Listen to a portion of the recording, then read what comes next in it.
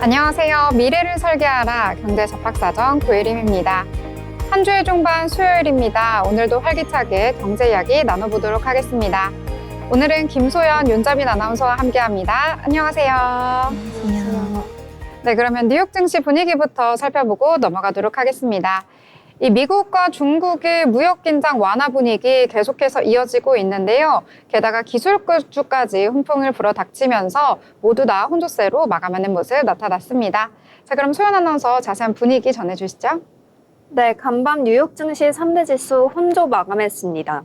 미중 무역 협상 결과로 낙관론이 지배하는 가운데 미국 4월 소비자 물가 지수가 양호하게 나오면서 투자 심리는 유지됐는데요. 자세한 마감 지수 함께 보겠습니다. 먼저 대형 우량주 30개로 구성된 다우존스만 0.64% 하락했습니다. 42,140.43포인트로 종가 형성했고요. 나스닥과 S&P 500 지수는 각각 1.61%, 0.72% 상승했습니다. 특히 시장 실적 지표인 S&P 500 지수는 월스트리트 전문가들의 연말 목표가가 잇따라 상향 조정되는 가운데 올해 낙폭을 모두 만회하고 상승세로 돌아섰습니다. 오늘 왜 이런 흐름이 나타났는지 더 자세한 내용 글로벌 주요 이슈로 함께 살펴보시죠. 유나이티드 헬스 CEO 전격 교체 실적 전망 철회. 미국 최대 건강보험사인 유나이티드 헬스그룹이 CEO 교체 소식과 더불어 올해 실적 전망 중단을 발표했습니다. 특히 회사 측은 올해 전체 실적 전망을 철회하면서 의료 서비스 수요가 더욱 확대되고 있으며 메디케어 어드밴티지 프로그램을 새로 이용하는 가입자들의 의료 비용이 예상보다 높게 나타나고 있다고 설명했습니다. 이번 변동은 지난해에 이어 헬스케어 비용 리스크가 다시 수명 위로 부상하고 있다는 점에서 투자자들의 우려를 자극하고 있습니다. 이에 유나이티드 헬스의 주가는 17.79% 빠지며 다우지수 하락을 견인했습니다. 미국 4월 소비자 물가 4년 만에 최저. 미국의 소비자 물가 상승률이 4월 들어 4년 만에 가장 낮은 수준으로 낮아진 것으로 나타났습니다. 전월보다 상승폭이 둔화한 것으로 2021년 2월 이후 4년여 만에 가장 낮은 상승률을 기록했습니다. 다우존스가 집계한 전문가 전망치인 2.4%를 밑돌았는데요. 소비자 물가지수는 도널드 트럼프 대통령이 취임 이후 밀어붙인 관세가 물가를 자극해 인플레이션이 발생할 수 있다는 기존의 우려를 일견불식하는 지표입니다. 다만 시장에서는 4월 중순 부과됐던 관세가 아직 물가 전반에 직접적 영향을 미치지 않은 상태라며 이런 완화세가 일시적일 수 있다는 해석에 무게가 실리고 있습니다. 야덴이 연말 S&P 500 목표가 6,500으로 상향, 뉴욕 주식 전망이 급속히 낙관으로 돌아서고 있습니다. 미국과 중국이 주말 협상에서 무역 전쟁을 90일간 유예하기로 하고 이 기간 협상을 통해 무역 합의에 이르기로 한 것이 시장 흐름 자체를 바꾼 덕인데요. 골드만삭스가 S&P 500 지수 연말 목표가를 5,900에서 다시 6,100으로 돌린 데 이어 유명 시장 전략가 에드 야데니도 목표가를 6,000에서 6,500으로 높였습니다. 도널드 트럼프 미국 대통령이 관세 전쟁을 시작하기 이전 수준으로 목표가를 되돌린 것입니다. 야데니는 분석 노트에서 S&P 500 지수가 지난 2월 19일 기록한 사상 최고치 6,444.15포인트에 비해 5.9% 낮은 수준이라며 기술적으로 장단기 모멘텀도 탄탄하다고 평가했습니다. 미중 관세 합의. 앞서 미중 양국은 지난 주말 스위스 제네바에서 열린 고위급 무역 협상에서 상대국에 부과하는 관세를 각각 115%포인트 인하하기로 합의했습니다. 이에 따라 미국은 중국의 30%, 중국은 미국의 10%의 관세만 남았는데요. 스콧 베선트 미 재무장관은 양국 대표단은 어느 쪽도 디커플링, 즉 공급망 완전 분리는 원하지 않는 데다 공감대를 이뤘다며 양국 모두 균형 잡힌 무역을 달성하려고 최선을 다한다고 말했습니다. 베선트 장관은 앞으로 몇 주 안에 더 큰 합의를 시작할 것으로 예상한다고 말해 무역 긴장이 추가로 완화될 것이라는 기대감을 심었습니다. 그럼 이슈에 이어서 히트맵 보시면서 더 자세한 종목별 흐름 살펴보겠습니다. 히트맵 보시면 혼조세를 보이는 모습 확인하실 수 있습니다. 마이크로소프트를 제외한 M7 기업들은 모두 상승했는데요. 특히 엔비디아가 5.63% 급등했고요. 이외에도 테슬라 4.59%, 메타 2.92%, 아마존 1.37% 오르는 등 기술주가 전반적으로 훈풍을 받았습니다. 업종별로는 헬스케어와 필수 소비재는 빨간불을 나타내며 하락했고요. 기술주와 통신 서비스주는 대체로 오름세를 나타냈습니다. 이어서 종목별 주요 흐름도 함께 살펴보시죠. 마이크로소프트 전체 인력의 3% 감원 발표. 마이크로소프트가 현지 시간 13일 구조 조정을 통해 전체 인력의 3%를 감원할 예정이라고 밝혔습니다. 지난해 6월 말 기준 마이크로소프트의 전체 직원은 22만 8천 명으로 이번 구조 조정으로는 약 7천 명이 감원 대상에 포함될 것으로 추정됩니다. 이번 감원은 1만 명을 대상으로 했던 지난 2023년 이후 최대 규모입니다. 이에 0.03% 소폭 하락했습니다. 다음 소식입니다. 엔비디아 사우디의 최신 AI 칩 18,000개 공급. 인공지능 칩 선두주자 엔비디아가 사우디아라비아에 자산 최신 AI 칩 18,000개 이상을 공급합니다. 젠슨 호안 CEO는 현지 기업 휴메인과 파트너십을 맺었다고 밝혔습니다. 이번 계약을 통해 엔비디아는 사우디의 500메가와트급 데이터 센터에 최신 AI 칩인 블랙웰 칩을 공급할 예정입니다. 엔비디아가 사우디에 대규모 AI 칩을 공급한다는 소식이 전해지면서 주가는 5.63% 급등했습니다. 다음 소식입니다. 메타 스테이블코인 개발 하나. 페이스북 모회사 메타 플랫폼이 스테이블코인 시장 진출을 모색 중이라는 소식입니다. 스테이블코인은 미국 달러화의 가치를 1대1로 추종하는 가상화폐인데요. 미국 언론 매체인 포춘은 최근 소식통을 인용해 메타가 스테이블코인 개발을 위해 가상화폐 관련 경험을 갖춘 제품 담당 부서장을 영입했다고 보도했습니다. 다만 메타의 스테이블코인 시장 진출 계획은 아직까지 예비 단계이며 스테이블코인 사업의 경우 낮은 수수료의 전신 송금 기능에 초점이 맞춰진 것으로 파악됐습니다. 이에 따라 메타는 2.6% 강세를 보였습니다. 일론 머스크 사우디 항공기와 선박의 위성 인터넷 제공. 일론 머스크 테슬라 및 스페이스X CEO가 스타링크가 사우디아라비아 내 항공기와 선박에 위성 인터넷을 제공하겠다고 밝혔습니다. 또한 머스크는 사우디아라비아 포럼에서 로보택시, 보어링 컴퍼니, 지하터널 등 사우디 내 삶의 질 개선을 위한 기업 서비스들을 제안하기도 했습니다. 이에 투심을 고조시켜 테슬라는 4.93% 올랐습니다. 지금까지 미증시 마감 시황이었습니다. 네, 미증시와 여러 가지 이슈들 정리를 해주셨습니다. 특히 미 주식 하시는 분들은 가시고 계신 종목들 거의 다 회복을 하셨을 것 같은데요. S&P 500 지수 같은 경우에는 어제 상승을 해주면서 지난달에 상호관세 이후에 떨어졌었던 하락분 거의 다 만회를 했다라고 보실 수가 있겠고요. 나스닥 쪽에서는 주 빅테크 종목들을 중심으로 상승했던 장이었다라고 볼 수가 있겠습니다. 그리고 어제 미국 주식 개장 전에 이 4월의 CPI 지수 발표가 됐는데요. 이 시장의 예상치보다는 소폭 낮게 발표가 되면서 좀 안정된 영향이 지수에도 불어닥쳤다. 이렇게 정리를 해보도록 하겠습니다. 자, 그러면 이번에는 기업에 대해서 알아볼 시간인데요. 자, 자빈 아나운서 어떤 기업이죠? 네, 혁신인가 사기인가. 한때 트럭계의 테슬라라고 불리며 미래를 이끌어갈 혁신이라는 찬사를 받던 기업, 니콜라 이야기입니다. 테슬라가 전기차 시장을 개척했다면 니콜라는 수소트럭 시장을 개척하고 미래 운송 산업을 혁신할 거라고 믿었었죠. 한때 니콜라의 시총이 포드를 넘어섰을 정도였습니다. 니콜라는 수소 연료전지 기술을 기반으로 한 트럭 개발 회사로 전기차 업계의 제2의 테슬라라는 기대를 받으며 2015년 설립됐습니다. 친환경 트럭이라는 키워드와 트럭의 전동화라는 혁신적 컨셉은 당시 급성장하던 전기차 산업과 맞물려 전 세계 투자자들의 관심을 끌었습니다. 2020년 초 니콜라는 기업 공개를 통해 나스닥에 상장했고 한때 시가총액이 340억 달러에 달했습니다. 창립자인 트레버 밀턴은 뛰어난 언변과 매력적인 비전을 제시하며 대중과 투자자들을 매료시켰습니다. 그러나 밀턴은 기술적 전문성이나 경영 실적보다는 마케팅과 홍보에만 강점을 지닌 인물이었습니다. 그는 자신의 회사를 테슬라에 빗대며 혁신을 강조하고 과감한 비전을 제시했으나 실질적인 기술적 성과는 전혀 없는 허상을 제시했습니다.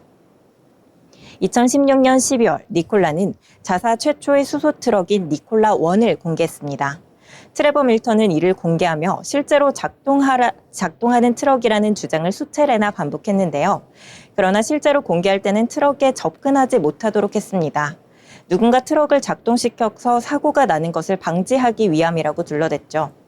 하지만 당시 공개한 니콜라 1은 껍데기뿐인 모형이었습니다. 블룸버그는 트럭이 가짜임을 지적했고 트러버 밀턴은 트럭이 가짜임을 인정하면서 진짜라고 한 적이 없다며 오리발을 내미는 것으로 응수했습니다. 실체가 없다는 비판이 계속되자 2018년 니콜라 1이 주행하는 영상을 공개했습니다.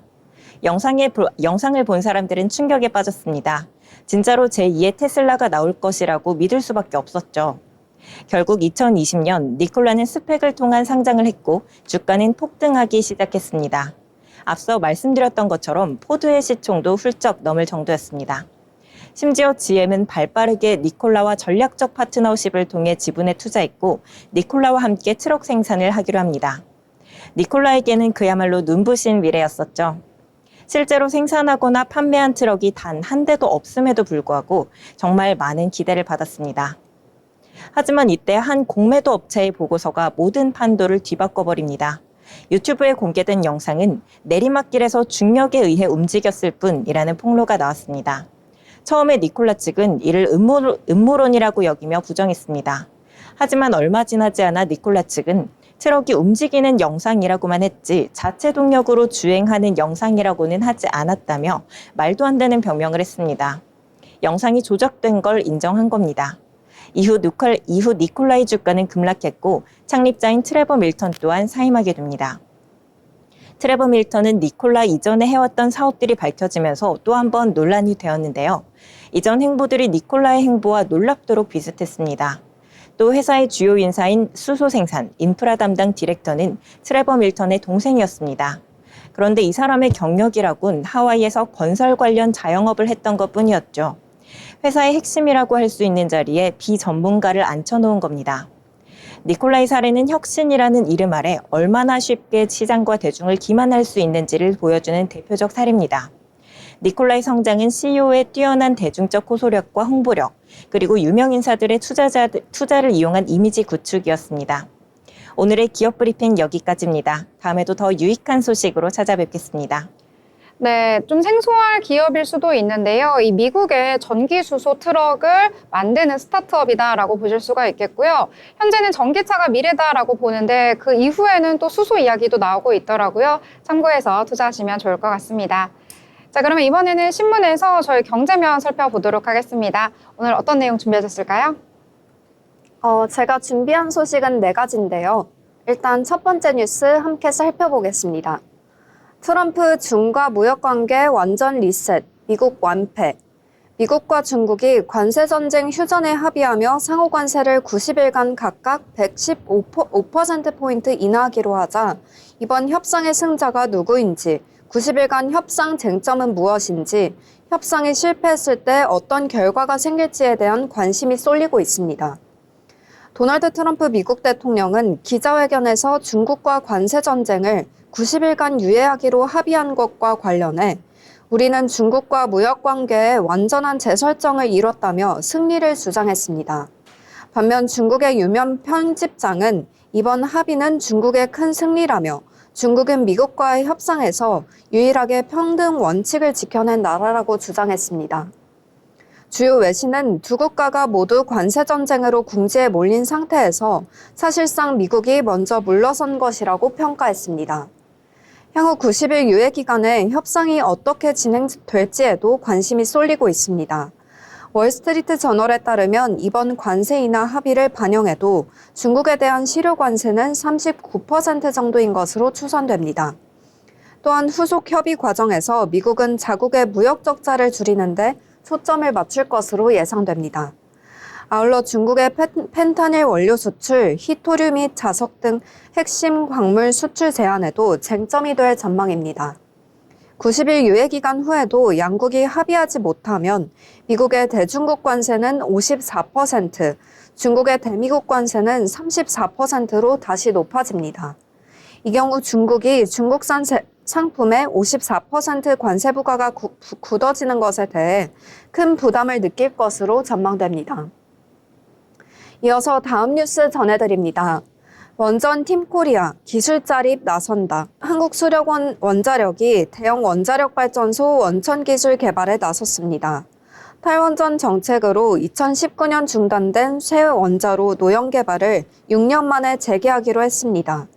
세계적으로 증가하는 대형 원전 수요에 대응하는 한편 원전 수출 시 팀코리아 수익금 분배 비율을 높이겠다는 전략으로 보입니다. 13일 원전업계에 따르면 한수원 품질기술본부는 최근 새 대형 원전의 개념 개발에 들어갔습니다. 원자로 노형은 원자력 발전소에서 사용하는 원자로의 설계 방식과 구조를 말하는데요. 개념 개발에 나섰다는 것은 기존과는 완전히 다른 방식으로 원자로 노형을 만들어 보겠다는 뜻입니다. 한수원 관계자는 미국식 원자로 핵증기 공급 개통 설계도에서 벗어나 우리만의 원천 기술을 개발하는 것이라고 설명했습니다. 한수원이 대형 원전 노형 개발에 나선 것은 6년 만입니다. 2016년 시작한 혁신형 원전 프로젝트 아이파워가 탈원전 기조로 2019년 중단됐기 때문인데요. 최근 들어 세계적으로 원전 수요가 급증하자 시장 점유율 확대를 위해 원천 기술 개발이 필요하다고 판단한 것으로 보입니다. 계속해서 다음 소식입니다. 마이크로소프트 실적 호조에도 직원 3% 해고. 시가총액 3조 3,400억 달러, 한화로 4,744조 원으로 애플을 제치고 세계에서 가장 가치 있는 기업이 된 마이크로소프트가 현지 시간 13일 전 세계에 걸쳐 직원 3%를 해고한다고 밝혔습니다. CNBC에 따르면 마이크로소프트 대변인은 급변하는 시장에서 회사의 성공을 위해 필요한 조직 변화를 실행하고 있다고 밝혔습니다. 이 회사는 4월 말의 월가 예상보다 나은 실적과 긍정적인 분기 전망을 보고했습니다. 지난해 6월 말 기준으로 마이크로소프트의 전 세계 직원 수는 22만 8천 명입니다. 이번 조치는 수천 명의 직원에게 영향을 미칠 것으로 보이는데요. 이번 감원은 지난 2023년에 10,000개 일자리를 없앤 이후로 마이크로소프트 역사상 두 번째로 큰 감원이 될 전망입니다. 지난 1월 마이크로소프트의 최고 경영자인 사티아 나델라는 분석가들에게 회사가 판매 방식을 변경하면서 인공지능과 관련 없는 애저 클라우드 사업의 매출 성장률은 예상보다 낮을 것이라고 밝혔습니다. AI 관련 클라우드 성장률은 회사 자체의 예상치를 넘어섰습니다. 또한 마이크로소프트는 전날 시가총액이 3조 3,400억 달러에 달하면서 3조 1,500달러인 애플을 제치고 세계에서 가장 가치 있는 기업 자리에 올라섰습니다. 마지막 뉴스입니다. 미국 4월 소비자 물가 상승률 2.3%로 둔화, 예상치 밑돌아. 미국의 4월 소비자 물가 지수 CPI 상승률이 시장 예상치를 밑돌았습니다. 도널드 트럼프 미국 행정부의 관세 전쟁이 인플레이션을 부추길 것으로 예상됐지만 2021년 2월 이후 가장 작은 상승폭을 기록했습니다. 13일 미국 노동부에 따르면 4월 CPI는 전년 동월 대비 2.3% 상승했습니다. 이는 다우존스가 집계한 전문가 예상치인 2.4%를 소폭 밑도는 수치입니다. 4월 CPI 지표는 트럼프 행정부의 관세 전쟁에 따른 인플레이션 영향이 반영될 것으로 전망됐습니다. 하지만 CPI 보고서에 따르면 항공료와 호텔 요금, 중고차 트럭 가격, 의류비 등이 전반적으로 하락했습니다. 식료품 가격은 1년 만에 처음 하락세를 나타냈습니다. 신차 가격도 보합세를 보였고요. 다만 수입품인 가구와 가전제품 가격이 급등했습니다. 전문가들은 기업들이 가격 인상에 앞서 재고를 대량 비축해 인플레이션 상승폭이 크지 않았다고 분석했습니다. 관세로 인한 물가 타격은 5월 CPI부터 크게 나타나기 시작할 것으로 예상했습니다.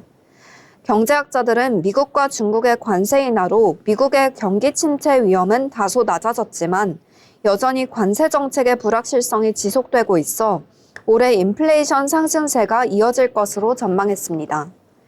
다만 미국과 중국이 90일간 관세 휴전에 나서 예상보다는 급격한 상승률을 보이지 않고 미국 중앙은행도 관망세를 유지할 것으로 내다봤습니다. 네, 제가 준비한 소식은 여기까지입니다. 네, 여러 가지 뉴스들 알아봤습니다.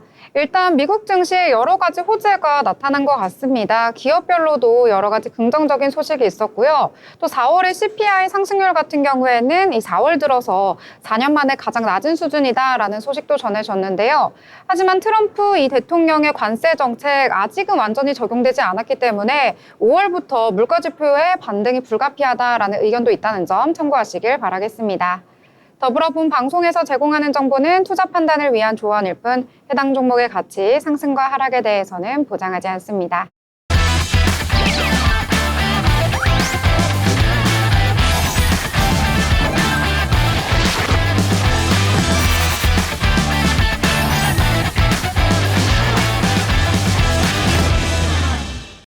네, 이번 시간은 돈을 잘 벌고 싶은 고수가 되고 싶은 아나운서들이 모여서 경제 이야기, 주식 이야기 함께 나눠보도록 하겠습니다.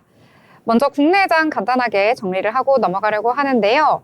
오랜만에 양대 시장 큰 폭으로 올라주면서 상승을 했습니다. 자세한 지수도 살펴보시면은요. 먼저 코스피 같은 경우에는 전거래일 대비 1.23% 상승하면서 2,640선에서 거래를 마쳤는데요. 오늘 이 코스피에서는 외국인과 기관 쌍끌이 매수가 나와줬습니다. 외국인 같은 경우에는 4,700억 원대 매수 우위 보이면서 6거래일 연속해서 매수 물량 키워가는 모습 나타났고요. 기관 같은 경우에도 5천억 원 넘게 매수 우위를 보였습니다. 이 반면에 개인 같은 경우에는요. 그동안에 이 차익 실현 매물 쏟아냈는지 1조 원 넘게 매도하긴 했는데 이 물량을 고스란히 외국인과 기관이 받아내는 모습 포착이 됐습니다. 이 코스닥 시장에서도 역시 장 초반에는 파란불 켰었는데요. 이 장중에 상승 전환한 이후에 계속해서 상승 탄력 키워냈습니다. 전거래일 대비 0.98% 상승하면서 739선에서 거래를 마쳤는데요. 이 코스닥에서도 역시 외국인과 기관 쌍끌이 매수가 나와줬습니다. 외국인 같은 경우에는 400억 원대, 기관 같은 경우에는 600억 원대 매수 우위를 보였고요. 장 초반에 외국인과 기관 모두 매도 포지션 잡았는데 장중에 매수로 돌아섰다라고 볼 수가 있겠습니다. 이 시가총액 상단에 위치한 종목들 확인을 해보시면은요. 특히 코스피 시장에서는 전체적으로 빨간불이 강하게 나타났던 시장이었습니다. 이 반도체 톡톡 같은 경우에는 미증시에서 반도체 지수 전반적으로 잘 나갔었는데 이런 훈풍 그대로 이어진 것으로 풀이되고 있습니다. 특히 SK하이닉스는 3% 넘게 상승해주면서 지수를 이끌어가는 모습 나타났고요. 오늘 같은 경우에는 기아와 셀트리온만이 소폭 하락하면서 마감을 했다라고 보실 수가 있겠습니다. 이 코스닥 시장에서는 전체적으로 혼조세 보인 하루였다라고 정리를 해볼 수가 있을 것 같은데요. 특히 코스닥 시장에서는 레인보우 로보틱스가 두 자릿수대에 강한 상승을 보여줬다라고 보실 수가 있겠습니다. 오늘 오후 1시가 넘어서 VI가 발동되는 등 좀 강력한 상승분 분출해내긴 했는데요. 오늘 11%대 강세 속에서 거래를 마쳤고요. 이 외에 어제 강세를 보였던 펩트론 같은 경우에는 4%대 하락하면서 거래를 마쳤다라고 정리를 해보도록 하겠습니다. 자, 일단 미증시가 어느 정도 회복이 되니까요. 국내 증시 역시도 이 미증시 커플링되는 현상이 나타나는 것 같습니다. 양대 시장 모두 분위기가 좋았고요. 특히 양대 시장 속에서 수급적인 측면에서도 외국인과 기관 모두 매수 포지션 잡았기 때문에 수급적으로도 원활한 측면이 있었다라고 정리를 해볼 수가 있을 것 같습니다. 자, 그러면 오늘 장에서 어떤 종목과 이슈가 있었는지 함께 이야기를 나눠보도록 하겠습니다. 자, 어떤 내용부터 같이 살펴볼까요? 첫 번째로 소개해드릴 테마주는 태양광주 이재명 햇빛연금 공약의 일제히 강세라는 주제입니다. 이재명 더불어민주당 대선 후보가 최근 햇빛연금 등 재생에너지 공약을 강조하는 가운데 태양광 관련주가 강세를 보이고 있습니다. 이 후보는 최근 유세에서 농가 태양광을 확대해 햇빛연금을 지급하고 주민이 주도하는 햇빛소득마을을 조성하겠다라고 밝혔습니다.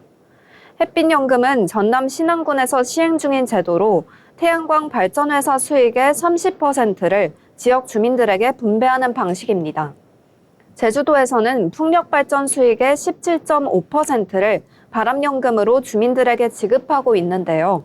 이 후보의 구상은 이러한 모델을 전국적으로 확대하는 데 있는 것으로 보입니다.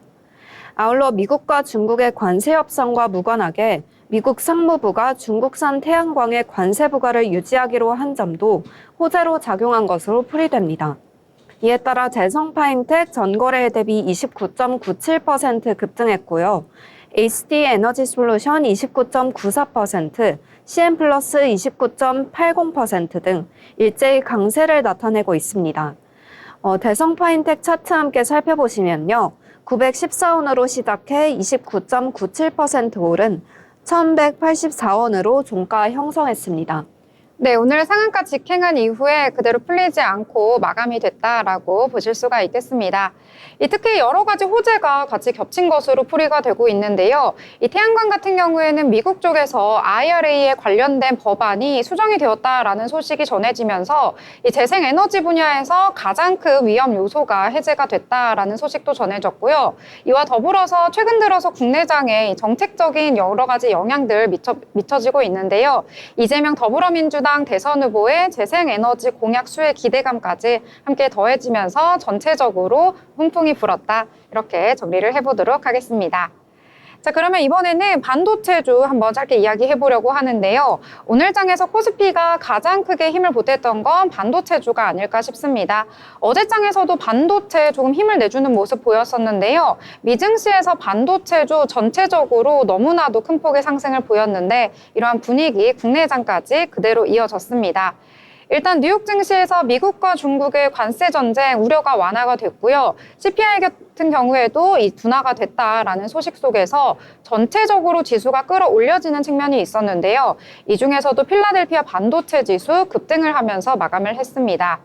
특히 그 안에서도 엔비디아가 5% 넘게 급등을 했는데요. 아까 살짝 언급을 해드리긴 했었는데 이 사우디 정부의 지원을 받는 휴메인의 500메가와트 데이터 센터 프로젝트에 참여하기로 한 소식과 더불어서요. 여기에 AI 반도체 18,000여 개를 공급하기로 했다라는 소식 속에서 급등을 했다라고 볼 수가 있겠습니다. 또 여기에 휴메인과 전략적 협력을 선언한 AMD 역시도 4%대 상승하면서 마감을 했고요. 마이크론 테크놀로지도 5%대, 브로드컴도 4.88%대 강세 속에서 마감을 했습니다. 이러한 분위기 국내장까지 이어져서요. 오늘 SK 하이닉스도 3.9%대 상승을 했고요. 워트 같은 경우에도 8%대, 테크윙은 4.9%, TCK는 3.4% 상승을 하면서 이 반도체주 안에서도 큰 대형주보다는 소부장 쪽으로 강세가 나타났다라고 정리를 해보도록 하겠습니다. 자, 이번에는 또 다른 이야기들 함께 나눠보려고 하는데요. 자, 이번에는 어떤 얘기 나눠볼까요? 네, 제가 준비한 두 번째 소식은 항공주입니다.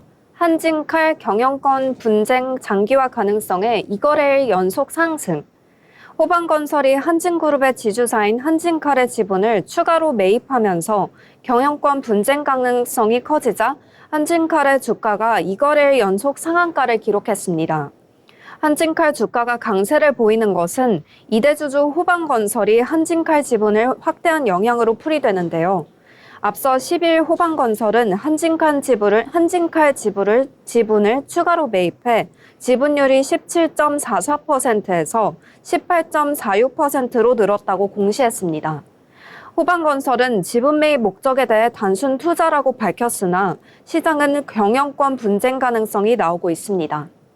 현재 대한항공이 인수한 아시아나항공에 대해 호방건설이 인수 의지를 보인 적이 있는 등 항공업 진출을 노리고 있는 것으로 알려졌기 때문입니다. 한진칼 차트 함께 살펴보시면요. 15만 5,900원으로 시작해 29.94% 오른 15만 600원으로 종가 형성했습니다.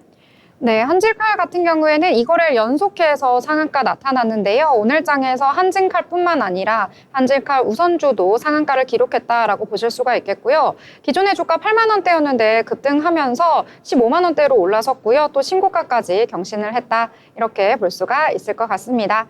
앞으로 경영권과 관련해서 어떻게 주가도 흘러갈지 체크를 한 뒤에 전해드리도록 하겠습니다. 자, 그러면 오늘 장에서 로봇주도 강세를 오랜만에 보인 것 같아서 이야기를 함께 나눠보려고 합니다. 일단 미국 쪽의 소식인데요. 이 트럼프 미국 대통령이 중동을 방문을 했다고 합니다. 혼자 간 게 아니고요. 여러 대기업의 CEO와 함께 참석을 했다라고 전해졌는데요. 여기에 일론 머스크 테슬라 CEO도 함께 했다고 합니다. 여기에서 사우디 미국 투자 포럼에 참석을 했는데 이 테슬라가 개발 중인 휴머노이드 로봇 옵티머스를 공개를 했다라고 전해졌습니다. 이 트럼프 대통령과 이 사우디의 무함마드 빈 살만 왕세자에게 선보였다고 하는데요. 이 포럼 행사에서는 궁극적으로 휴머노이드 로봇이 수백억 대에 이르게 될 것이다 라고 하면서 미래 산업으로 꼽기도 했었고요. 또 모두가 개인용 로봇을 원하게 될 것이다 라는 개인적인 전망을 내놓기도 했습니다. 이 영화 스타워즈 시리즈에 등장하는 로봇 모델명을 거론을 하면서요. 이 개인용 이 R2B2를 원하지 않을 리가 누가 있겠냐. 정말 멋진 일이 될 것이다 라고 밝혔고요. 또 테슬라가 옵티머스 프로토타입이 춤추는 모습을 담은 새로운 영상을 공개를 하기도 했는데 이 화면에서 보이시는 것처럼 이 관절이 어색하지 않게 움직이는 모습을 볼 수가 있겠습니다. 자, 이처럼 여러 가지 춤도 출 수 있는 관절이 유연한 로봇이 점점 생겨나고 있는데요. 이 옵티머스 프로그램 책임자는요. 곧 더 많은 내용이 공개가 될 예정이다라고 하면서요. 우리 팀은 백그라운드에서 매우 열심히 작업을 해왔고 또 강화 학습 시뮬레이션을 통해 학습을 했다라고 하면서요. 시뮬레이션과 실제 학습 코드 간에 많은 최적화와 수정이 이루어졌기 때문에 앞으로 나올 로봇을 더욱더 기대해봐도 좋다라고 언급을 했다고 합니다. 자, 오늘 장에서 로봇주 전체적인 강세 보였는데요. 그 중에서도 나우 로보틱스 같은 경우에는 저희가 방송에서도 소개를 해드렸었는데 5월 8일에 상장을 했었습니다. 오늘 장에서도 굉장히 좋은 모습 보여줬는데요. 상장 이후로 계속해서 주가가 상승하는 모습 보였고 오늘까지 5거래일 연속 상승을 했습니다. 장중에 상한가 터치하긴 했었는데 상한가 살짝 풀리면서 마감을 했다라고 보실 수가 있겠고요. 유일 로보틱스도 11%대, T 로보틱스 6%대, 원익홀딩스는 6%대 상승을 하면서 전체적으로 로봇주에 훈풍이 불어왔다. 이렇게 정리를 해보도록 하겠습니다. 자, 이번에 또 다른 내용들 이야기 나눠보려고 하는데요. 자, 소연 아나운서 어떤 내용일까요? 네, 제가 마지막으로 준비한 특징주는 엔터주입니다. 하이브 실적 개선세 지속 전망의 주가 강세. 하이브가 실적 개선 기대에 힘입어 주가 상승세를 이어가고 있습니다. 최근 일주일 동안 이 거래를 제외하고는 상승 흐름이 지속되고 있는 모습인데요. 하이브는 최근 연결 기준 1분기 영업이익이 216억 원으로 지난해 동기보다 50% 이상 증가한 것으로 잠정 집계됐다고 공시했습니다. 엔터테인먼트 업종 전반에서 실적 개선 흐름이 이어지는 가운데 하이브의 수익성도 뚜렷한 회복세를 보이고 있는데요. 특히 이날 하이브와 개펜 레코드가 공동으로 론칭한 글로벌 걸그룹 캐츠아이가 미국 빌보드 메인 송 차트 핫 100에 진입했다는 소식도 주가에 긍정적인 영향을 미친 것으로 풀이됩니다. 차트 함께 살펴보시면요. 하이브 오늘 2.81% 상승한 27만 4,500원으로 거래를 마쳤습니다. 네, 하이브 같은 경우에는 오늘 장에서도 장대 양봉 그리면서 마감을 했고요. 오늘 52주 신고가 경신했다. 이렇게 보실 수가 있을 것 같습니다. 자, 그럼 오늘 장에서 여러 가지 종목들 이야기 나눠봤는데요. 이번에는 인물에 대해서 살펴보도록 하겠습니다. 저희가 식사할 때마다 요즘에 콜라 많이 먹잖아요. 관련된 인물 소개해 주신다고 합니다. 자, 자빈 아나운서 소개해 주시죠. 네, 코카콜라가 전 세계인들이 즐기는 음료가 될 수 있도록 초석을 다진 인물이죠. 아사 캔들러입니다. 캔들러는 애틀랜타의 사업가였습니다. 비즈니스 감각과 통찰력이 뛰어났던 그는 코카콜라의 잠재력을 일찌감치 깨닫고 펜버턴 박사로부터 코카콜라 레시피와 사업 지분을 사들였습니다. 결국 그는 수천 달러를 투자해 코카콜라의 완전한 소유권을 지니게 됩니다. 캔들러는 애틀랜타 저널에 전면 광고를 게재하는 등 코카콜라를 성장시키기 위해 노력했습니다. 펜버턴 박사가 죽은 후로부터 1892년까지 코카콜라 시럽의 판매량을 기존보다 무려 10배가량 성장시키기도 했죠. 성공의 가능성을 몸소 확인한 캔들러는 본격적인 사업 확장을 위해 자신의 형인 존 캔들러와 펜버턴 박사의 파트너였던 프랭클 로빈슨, 그리고 다른 2명의 동료와 함께 코카콜라 컴퍼니라는 법인을 설립합니다. 그 시절 브랜드 관리의 중요성까지 알고 있었던 그는 1893년 특허청에 코카콜라의 상표권도 등록했습니다. 캔들러는 코카콜라의 맛을 자부했지만 여전히 코카콜라의 판매는 미국 남동부 지역에만 한정되어 있었습니다. 그는 보다 많은 사람들이 코카콜라를 알게 되길 원했습니다. 그때 떠오른 아이디어가 바로 무료 쿠폰 마케팅이었습니다. 쿠폰 마케팅을 제일 처음 시작한 것은 펜버턴 박사였지만 캔들러는 그보다 좀 더 공격적으로 마케팅을 했습니다. 펜버턴 박사가 애틀랜타 거리에서 샘플링 쿠폰을 나눠줬다면 캔들러는 세일즈맨을 고용해 수천 개의 무료 쿠폰을 뿌렸고 또 잡지에도 쿠폰을 게재했습니다. 이외에도 코카콜라 로고가 새겨진 달력, 시계, 주전자 등 다양한 기념품들을 만들어내며 코카콜라를 행보했죠. 덕분에 사업은 나날이 성장했습니다. 애틀랜타가 아닌 지역에서도 코카콜라가 판매되기 시작했고 달라스, 시카고, 로스앤젤레스에서도 차례로 시럽 제조 공장이 생겨났습니다. 1895년 캔들러는 마침내 자신이 목표한 바를 이뤄냈습니다. 현재 미국의 모든 지역에서 코카콜라가 소비되고 있다라고 공식적으로 발표한 것이죠. 회사를 설립한 지 3년 만에 이룬 성과였습니다.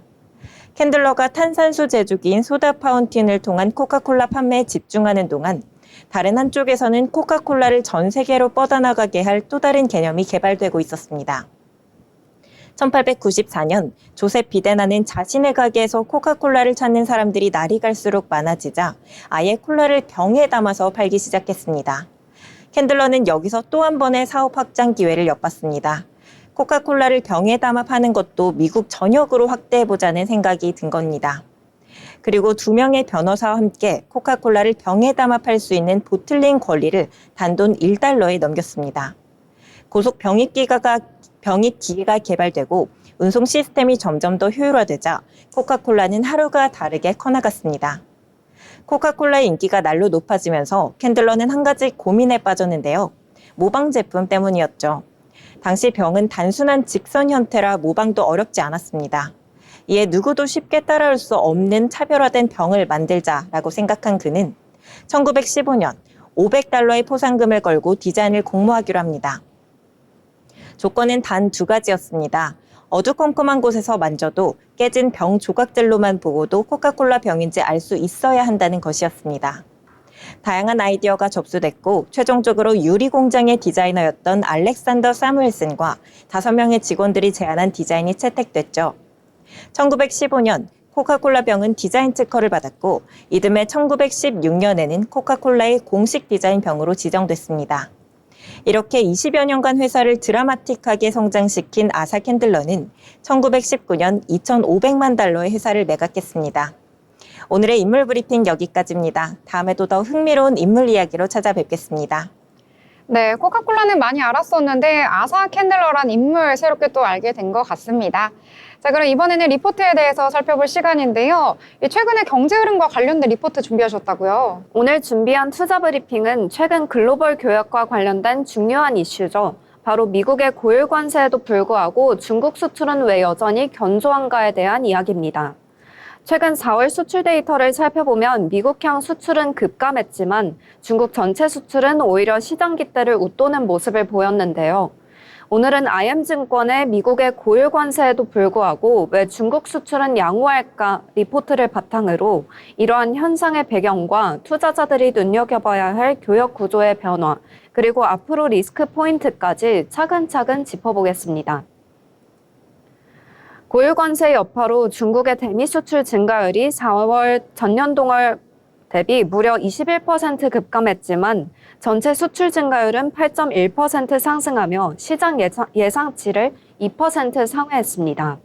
미국의 고율 관세 조치가 중국 수출을 크게 흔들지 못했던 형국인데요.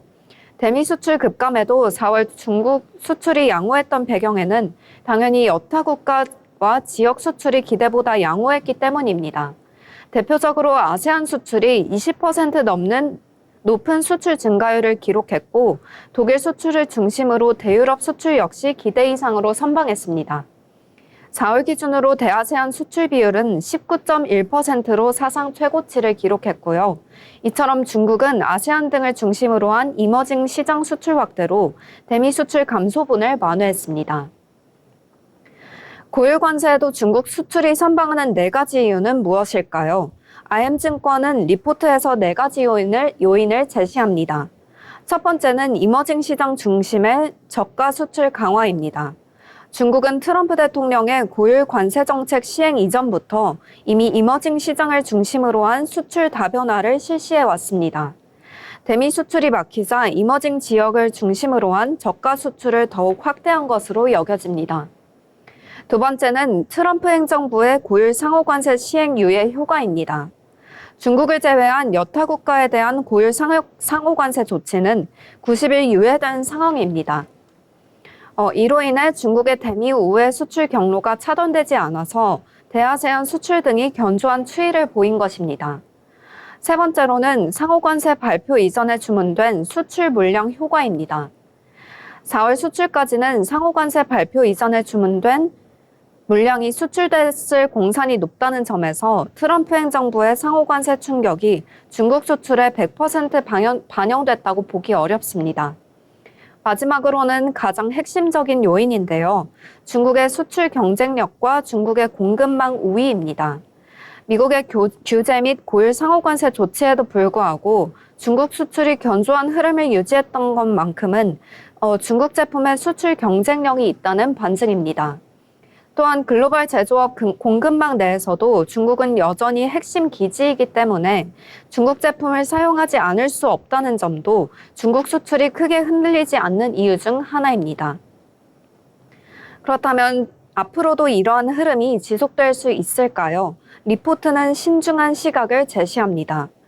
미국 상호관세가 글로벌 교역에 악영향을 미칠 수 있다는 우려는 있지만 트럼프 행정부의 고율 상호관세가 글로벌 교역에 미치는 실질적 악영향은 아직 제한적인 수준에 그치고 있습니다. 중국 4월 수출은 물론 한국 4월 수출 흐름을 보더라도 대미 수출 흐름이 다소 감소한 것 이외에 여타 지역으로 수출은 견조하기 때문인데요.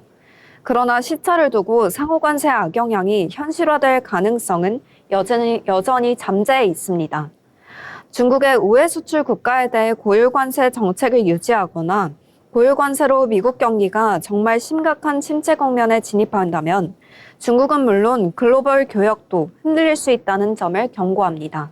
결론은 관세 협상 결과가 핵심 변수입니다. 90일 상호관세 유예 기간이 종료되기 전에 얼마나 많은 국가와 관세 협상이 타결될지, 평균 관세율 수준은 얼마나 하락할지가 글로벌 교역 흐름을 좌우할 공산이 높습니다. 또한 미중 간의 직접적 관세 협상을 통한 관세율 인하, 그리고 중국의 대미 우회 수출 국가에 대한 미국의 상호 관세율이 얼마나 하향 조정될지가 향후 중국 수출을 가늠하는 변수 역할을 할 것입니다. 이에 따라 IM증권은 미국의 평균 관세율이 15% 내외 수준으로 하향 조정, 중국에 대한 평균 관세율은 50% 수준으로 하향 조정돼야 시장 충격을 완화할 수 있을 것이라고 전망했습니다. 현지 시간으로 12일 미국과 중국이 스위스 제네바에서 고위급 무역 협상을 통해 각각 상호 관세를 115%포인트 인하하며 긍정적인 흐름이 나타났는데요. 이러한 조치는 단기 수출 흐름뿐만 아니라 글로벌 교역 흐름과 시장 심리 안정에도 기여할 것으로 기대됩니다. 오늘은 IM증권의 미국의 고율 관세에도 왜 중국 수출은 양호할까 리포트를 바탕으로 미국의 대중국 고율 관세 부과에도 중국 수출이 양호한 흐름을 유지하는 이유와 글로벌 교역 흐름에 대한 중요한 변수를 살펴봤습니다. 오늘 제가 준비한 투자 리포트 브리핑은 여기까지입니다. 네, 이렇게 리포트 함께 살펴봤습니다. 이 미국과 중국 간의 관계 또 무역과 관련해서 여러 가지 이슈들이 국내 증시뿐만 아니라 글로벌 증시에도 큰 영향을 미치고 있는데요. 이러한 부분들 투자하실 때 참고하시면 좋을 것 같습니다. 더불어 본 방송에서 제공하는 정보는 투자 판단을 위한 조언일 뿐 해당 종목의 가치, 상승과 하락에 대해서는 보장하지 않습니다.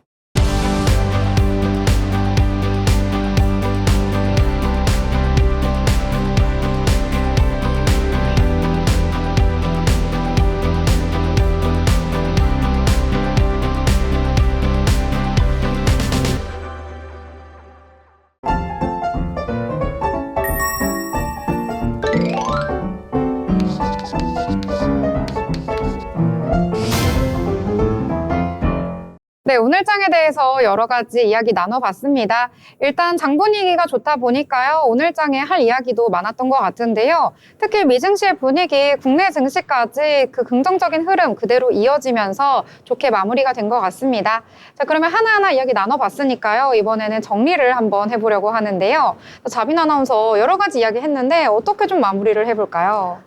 네, 오늘 날씨가 정말 더웠는데요. 아까 제가 소개시켜드린 이 콜라 이야기처럼 언젠간 좀 주가가 시원하게 올라가는 날이 오지 않을까 이렇게 정리해보고 싶습니다. 아, 네. 센스 있게 콜라. 네. 전 제로를 특히 좋아해요. 제로요? 네. 제로 좋죠.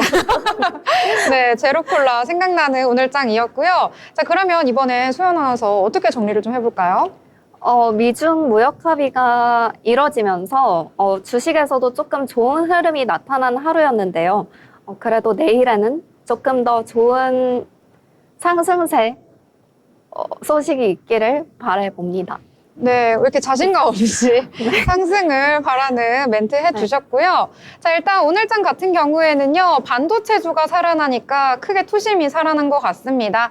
자, 이런 분위기 내일까지 쭉 이어지고요. 4월 내내, 5월 내내 계속해서 힘들었는데 앞으로는 좀 희망찬 하루가 되기를 바라는 마음 가져보도록 하겠습니다.